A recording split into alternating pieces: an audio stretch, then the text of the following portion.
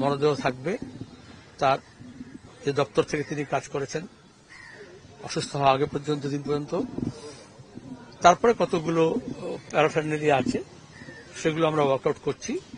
কালকে বিকেলে 4টে নাগাদ শেষ যাত্রা হবে প্রয়াত কমরেড বুদ্ধদেব ভট্টাচার্যের মরদেহ নিয়ে। ওনার দেহ দান করা ছিল, আমরা যোগাযোগ করছি। তার শেষ ইচ্ছা অনুযায়ী তা আমরা সেই দেহটা চিকিৎসা স্বাস্থ্যের গবেষণার জন্য তুলে দেবো তার হাতে। শেষ যাত্রা বললাম কালকে বিকেল 4টার সময় আলিবর্দি স্ট্রিট থেকে। সেটা আমরা চেষ্টা করছি, কথা বলতে হবে, কারণ তার আমাদের তো নির্দিষ্ট থাকে না। কাছাকাছি হচ্ছে নীলরতন সরকার মেডিকেল কলেজ হসপিটাল, সেটা আছে। তারপরে কথা বলতে হয় কোথায় দেহটাকে সংরক্ষণ করতে পারবে বা কাজে লাগাতে পারবে, নিতে পারবে, সেটা স্বাস্থ্য দপ্তরের সঙ্গে যোগাযোগ করা হচ্ছে। আপনারা জানতে পারবেন আজকের মধ্যেই। রাত্রেও কোথায় রাখা হবে, পিস ওয়ার্ল্ডে রাখা হবে, কোথায় রাখা হবে একটু পরে জানতে পারবেন। এবং যোগাযোগ করা হচ্ছে, অ্যাভেলেবিলিটি দেখে হতে হয়। আমি এর চেয়ে বেশি কথা এখন বলতে পারবো না, পরে বলবো প্লিজ। আর কতগুলো জরুরি কাজ আছে সেগুলো করে নিতে হবে। এগুলো ডাক্তাররা বলতে পারবেন, আমি চিকিৎসা ব্যাপারে আমি কিচ্ছু বলবো না। আমরা এটুকু বলবো তার পরিবার, পার্টি, আমরা চেষ্টা করেছি, চিকিৎসকরা চেষ্টা করেছেন, গোটা রাজ্যের শুভানুদ্দায়ী মানুষজনের চেষ্টা ছিল, তাদের শুভেচ্ছা ছিল। তিনি এতদিন জীবনযুদ্ধে ছিলেন, কিন্তু শেষ পর্যন্ত শেষ রক্ষা করা যায়নি, এটুকু বলতে পারি।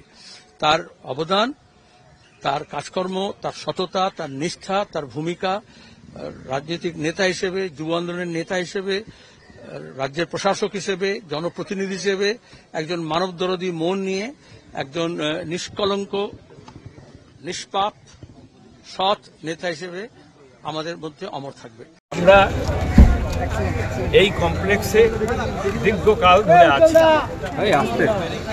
রাজনীতিতে তিনি যে কেন্দ্রবিন্দুতে ছিলেন, আমি সেই কেন্দ্রবিন্দুতে ছিলাম। আমার মনে আছে বাংলার মুখ্যমন্ত্রী, মোবাইলটা নামাও, আমি বাংলা বন্ধের ডাক দিয়েছিলাম, কিন্তু তার সঙ্গে আমার কখনো রাজনৈতিক তিক্ততা তৈরি হয়নি। তার সঙ্গে যখন কথা হতো অত্যন্ত স্পষ্ট, সুন্দর, সৌজন্যতা রক্ষা করেই কথা হতো।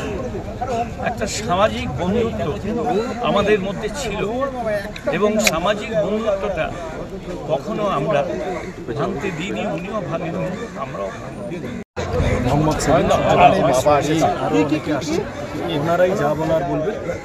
আমরা তরুণ প্রজন্মের বামপন্থী থেকে আমাদের অভিভাবক, গোটা রাজ্যের অভিভাবক চলে গেছেন এই শোকাবহ পরিস্থিতিতে। এখনই এর বেশি কিছু আমার বলার নেই, বাকিটা আমাদের পার্টি। এখান থেকে আমাদের বডি নিয়ে যেতে হবে, রাখতে হবে। কাল সকাল 10:30টায় আমাদের আলিমুদ্দিন স্ট্রিটে বডি থাকবে, যে কেউ সেখানে যেতে পারবেন, শ্রদ্ধা জানাতে পারবেন।